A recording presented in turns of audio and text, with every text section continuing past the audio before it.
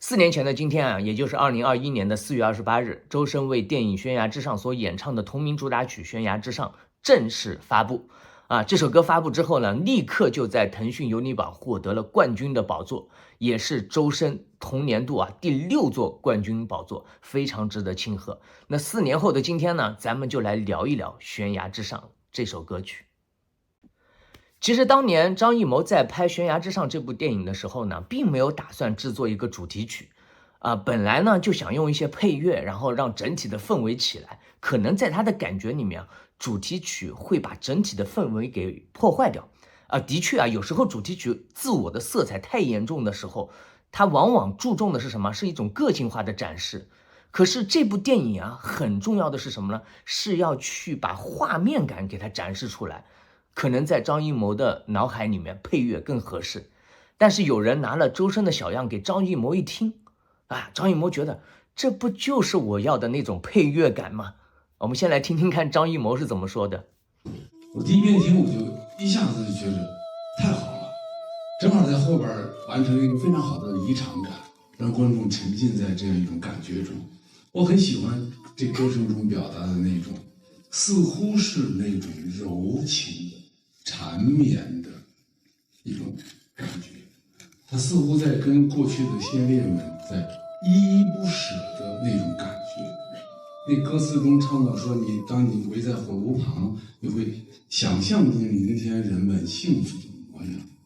我觉得这特别有感觉，这词儿也非常好。这个电影讲的牺牲，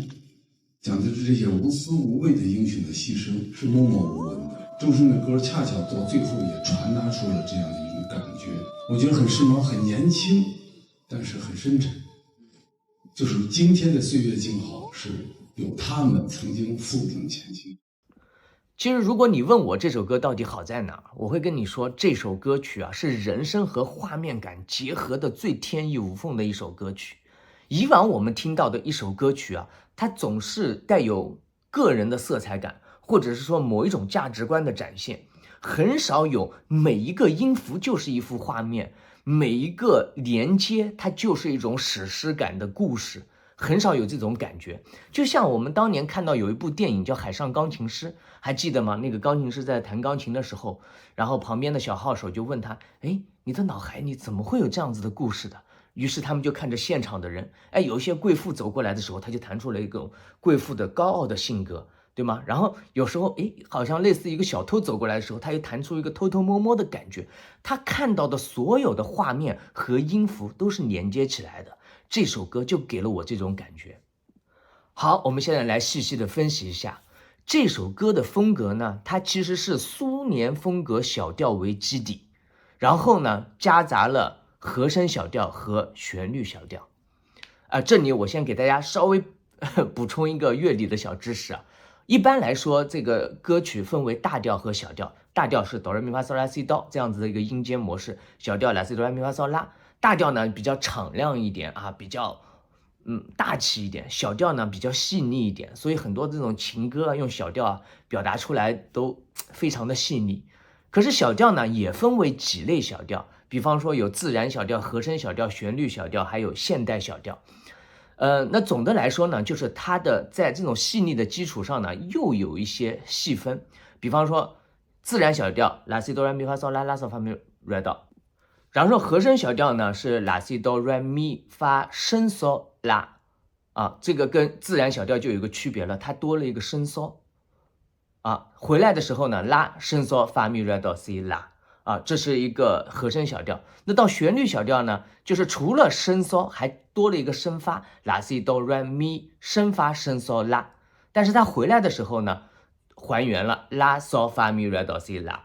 就是还原嗦还原发了。然后还有个自然小调，自然小调的前面跟旋律小调一样，拉西哆来咪升发升嗦拉，但是它回来的时候呢还是升发升嗦升发咪来哆西拉这个呢是它的一个基本的规律。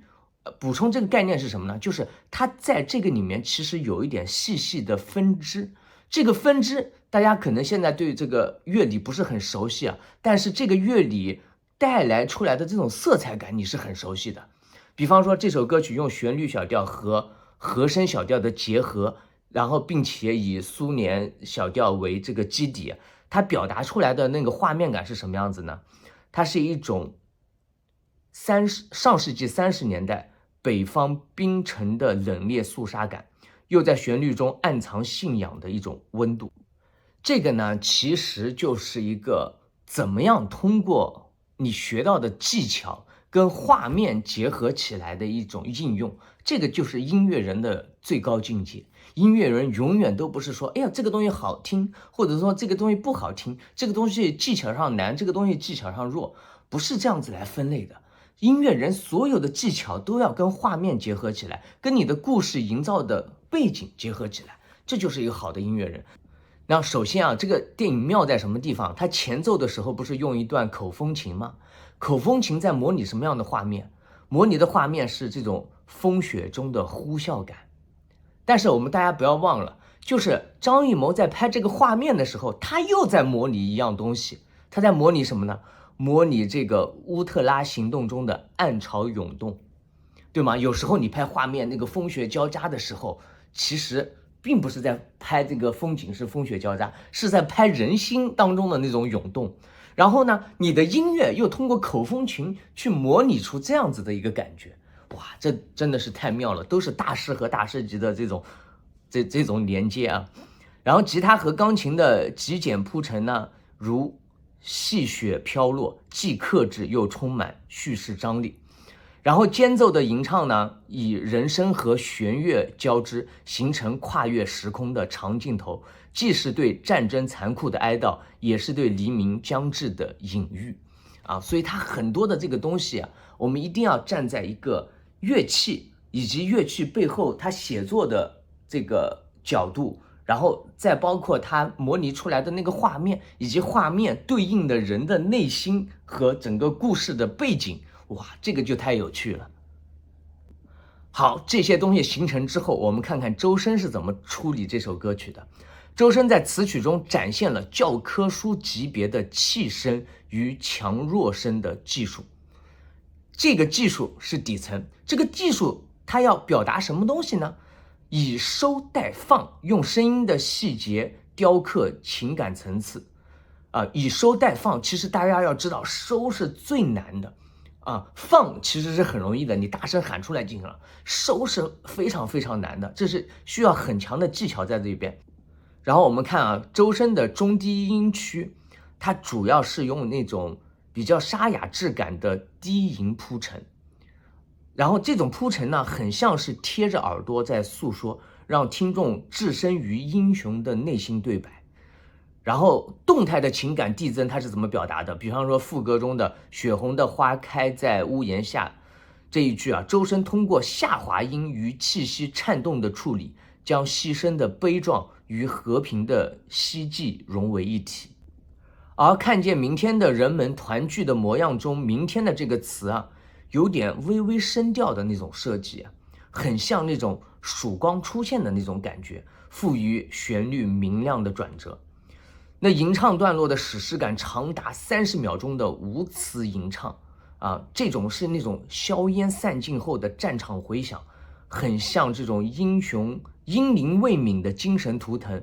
啊，被大家形容为灵魂的震颤。其实为这首歌我是非常紧张的，因为这是描写英雄的一部电影啊，我生怕自己说不好，所以我翻了大量的资料。我看到有一个媒体对于周深演唱这首歌点评的极为精准啊，我给大家来念一下。他说周深的这次演唱就是悬崖之上的声音纪念碑，周深以声音为刻刀，在悬崖之上雕琢出一座跨越时空的纪念碑。它既是对无名英雄的挽歌，亦是对和平年代的叩问。